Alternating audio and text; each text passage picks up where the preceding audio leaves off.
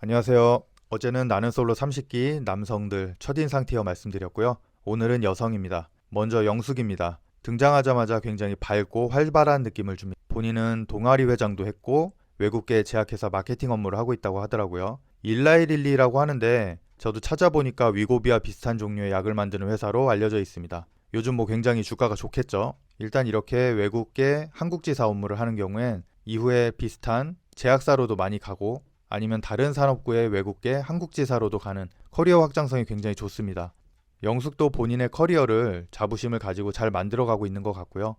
어느 정도 밝고 생글생글한 모습은 매우 좋았습니다. 앞으로 좀 더 높은 평가를 받으려면 애견스러운 남자들을 좀 잘 보듬어주고 이끌어 나가는 모습을 보여주면 꽤 괜찮지 않을까 싶습니다. 저는 A티어 주고 싶습니다. 두 번째 정숙은 검정색 투피스를 입고 출연했습니다. 경찰이라고 하죠. 직업도 괜찮고 외모는 눈도 크고 여성스러우며 피부도 좋은 것 같아요. 성격도 굉장히 적극적인 모습이라 괜찮았습니다. 다만 화장한 게 조금 허옇게 뜬다? 약간 안 어울린다 정도? 그게 느껴졌고 앞으로 활약을 좀 더 지켜볼 필요가 있는 그런 출연진인 것 같습니다. 저는 그냥 부담 없이 무난하게 B티어 주겠습니다. 세 번째는 순자입니다. 최근에 순자가 좀 커플이 안 되고 있고 인기녀가 되는 경우도 없죠.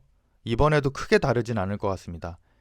처음에 본인은 일, 운동만 반복한다고 하는데 저는 여기서 또 바프 얘기하려나 라고 부담을 느끼고 있었는데 오히려 킥복싱, 복싱을 한다고 하더라고요.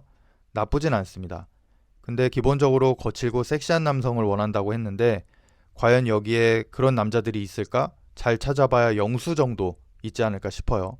이번 기수에도 순자는 그다지 얻는 거 없이 마무리되는 출연진이 아닐까 생각이 되고요. C티어를 주도록 하겠습니다. 네 번째, 이번 기수의 가장 이목이 집중된 영자입니다. 나오면서도 늘씬하고 여리여리한 옷차림으로 이목을 끌었는데요. 이전에 6기 옥순이나 블랙핑크 지수도 연상이 되는 이미지였어요. 본인을 소개할 때 18기 영호의 직장 동료라고 이야기를 했는데요. 그러면 포스코 건설 다니고 있는 거겠죠. 현장에서 공사 진행을 관리한다고 했고 대전 아파트 그리고 최근엔 일산 오피스텔을 짓고 있다라고 하는데 전 이 얘기 듣고 좀 깜짝 놀랐습니다.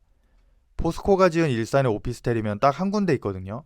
바로 더샵 일산 엘로이입니다. 전부 합쳐서 2000세대 정도 되는 대단지고요. 경의중앙선 백마역이 도보로 10분 정도 걸리는 곳에 위치해 있습니다.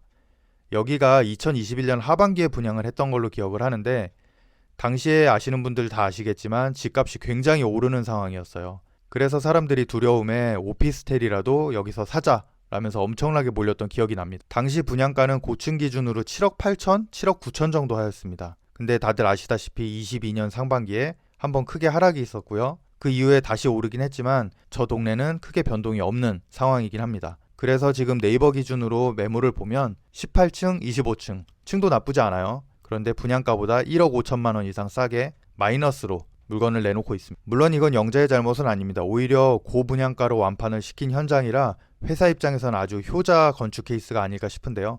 영자가 거기 현장에 공사 관리를 했다고 해서 생각이 나서 말씀을 드린 부분이고요. 영자 본인은 소개팅을 엄청나게 많이 했다고 하고요. 로테이션 소개팅 포함 100명 이상 만났는데도 마음에 드는 사람이 없었다고 합니다. 이렇게 보면 정말 쉽지 않을 것 같아요. 저 정도 외모의 여성이 100명을 만났으면 그 중에서 90명 이상은 호감 표시를 했을 텐데 그럼에도 사귄 사람이 없다는 건 눈이 어마무시하게 높은 게 아닐지 예상을 해보겠습니다. 그래서 저는 C등급 주겠습니다. 항상 기대가 많아지는 옥순입니다.